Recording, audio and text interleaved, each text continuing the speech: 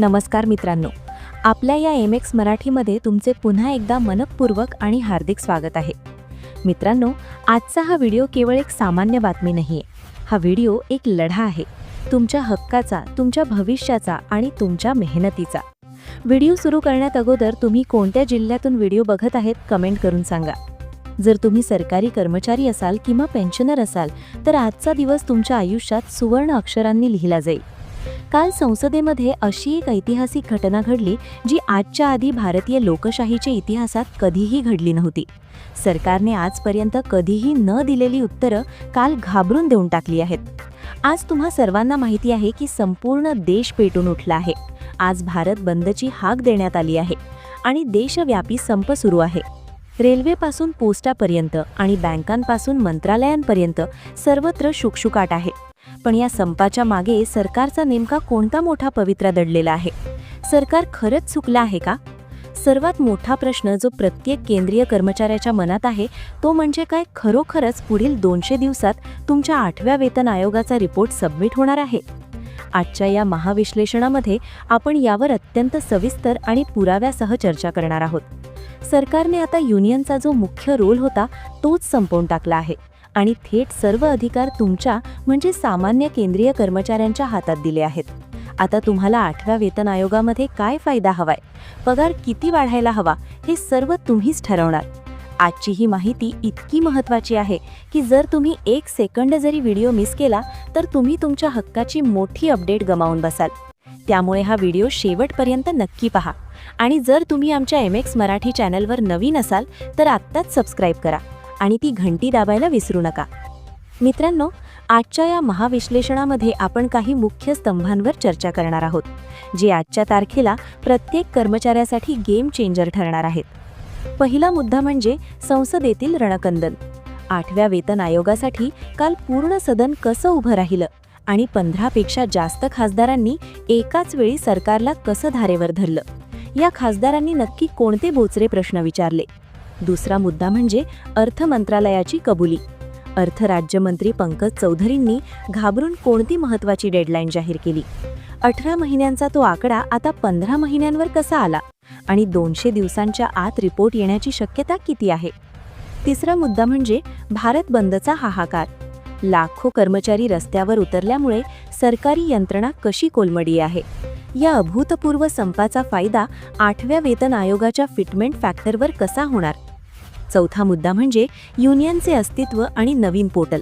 सरकारने युनियनला बाजूला सारून थेट कर्मचाऱ्यांसाठी कोणतं नवीन पोर्टल सुरू केलं आहे? यामुळे भ्रष्टाचार आणि वशिलेबाजी कशी संपणार?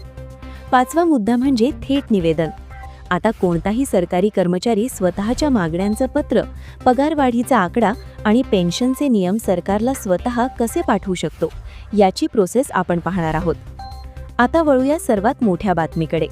काल संसदेच्या सत्रामध्ये असं काही घडलं जी पाहून संपूर्ण देश थक्क झाला. सामान्यतः एखाद्या विषयावर 1 किंवा 2 खासदार प्रश्न विचारतात, पण काल 8व्या वेतन आयोगाच्या मुद्द्यावर तब्बल 15 ते 16 खासदार एकाच वेळी उभे राहिले. हे खासदार केवळ विरोधी पक्षाचे नव्हते, तर त्यात अनेक अपक्ष आणि सत्ताधारी मित्रपक्षांच्या लोकांचाही समावेश होता. त्यांचे प्रश्न अतिशय तीक्ष्ण आणि थेट होते. त्यांनी सरकारला विचारले की केंद्रीय कर्मचाऱ्यांच्या संयमाचा अंत तुम्ही किती काळ पाहणार आहात? 10 वर्षात महागाई कुठे गेली आणि पगार कुठे आहे? 8व्या वेतन आयोगाची सध्याची नेमकी स्थिती काय आहे? फक्त घोषणा होणार की प्रत्यक्षात खिशात पैसे येणार? तुम्ही सांगितले होते की 18 महिन्यात रिपोर्ट येईल. आता 15 महिने उरले आहेत. मग आतापर्यंत समितीची स्थापना का झाली नाही? महागाई भत्ता 50% पुढे गेला आहे. अशा स्थितीत जुन्या वेतन श्रेणीवर कर्मचारी आपल्या मुलांचे शिक्षण कसे करणार? हे प्रश्न इतके वजनदार होते की सरकारला त्यावर सविस्तर उत्तर देणं भाग पडलं. अर्थ राज्यमंत्री पंकज चौधरींनी जी माहिती दिली ती प्रत्येक कर्मचाऱ्याने नीट समजून घेतली पाहिजे. त्यांनी सांगितले की 31 डिसेंबर 2025 पर्यंत सरकार आपला संकल्प अधिसूचित करणार आहे.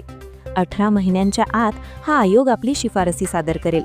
म्हणजे सरकारला आता हे मान्य करावे लागले आहे की वेळ आता जवळ आली आहे. मित्रांनो, आता आपण चर्चा करूया आजच्या देशव्यापी संपाची.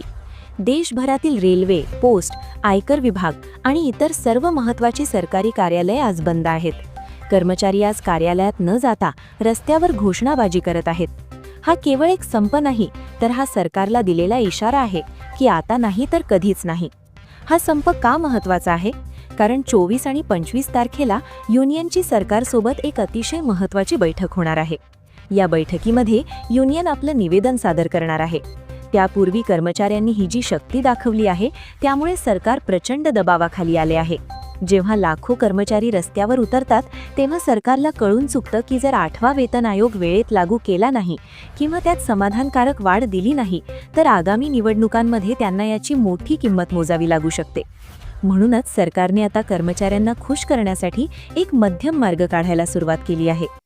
आता वळूया आजच्या या व्हिडिओच्या सर्वात शॉकिंग आणि ब्रेकिंग न्यूजकडे. मित्रांनो, सरकारने आता अशी एक वेबसाईट किंवा पोर्टल सुरू केले आहे ज्याची कल्पना कोणीही केली नव्हती. आतापर्यंतची पद्धत अशी होती की कर्मचारी आपल्या मागण्या युनियनला सांगायचे, युनियन त्या फिल्टर करायची आणि मग सरकारकडे जायचे. यात अनेकदा सामान्य कर्मचाऱ्यांचे छोटे प्रश्न दबले जायचे. पण आता सरकारने ही मधली भिंतच पाडून टाकली आहे. या नवीन पोर्टलवर एक रकाना देण्यात आला आहे. तिथे स्पष्टपणे लिहिले आहे की कोणताही केंद्रीय कर्मचारी, पेन्शनर किंवा अधिकारी आपले वैयक्तिक निवेदन थेट सरकारला सोपवू शकतो. याचा अर्थ असा की आता तुम्हाला कोणत्याच नेत्याच्या किंवा युनियनच्या मागे लागायची गरज नाही. तुम्हाला 8व्या वेतन आयोगात किती फिटमेंट फॅक्टर हवाय, पगार किती वाढायला हवा, हे सर्व तुम्हीच ठरवणार. निवृत्तीनंतरच्या पेन्शनचे नियम कसे असावेत हे देखील तुम्ही मांडू शकता.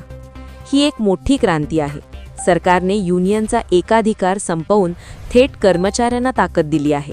यामुळे आता सरकारला प्रत्येक कर्मचाऱ्याचं मत विचारात घ्यावं लागेल. या विश्लेषणात आपण हेच सांगतोय की ही संधी सोडू नका. तर मित्रांनो, 8व्या वेतन आयोगाबाबतची ही मोठी वळणे आता एका निर्णायक टप्प्यावर आली आहेत.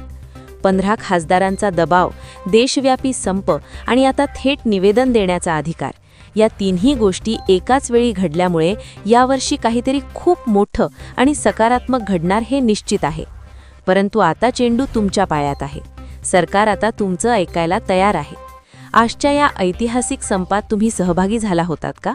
सरकारने दिलेल्या या थेट निवेदन अधिकाराचा वापर तुम्ही करणार का? तुमच्या मते किमान पगार किती असायला हवा?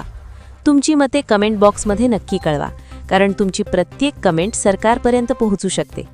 जर तुम्हाला ही माहिती महत्त्वाची वाटली असेल तर व्हिडिओला आत्ताच लाईक करा आणि तुमच्या प्रत्येक व्हॉट्सॲप ग्रुपवर हा व्हिडिओ शेअर करा.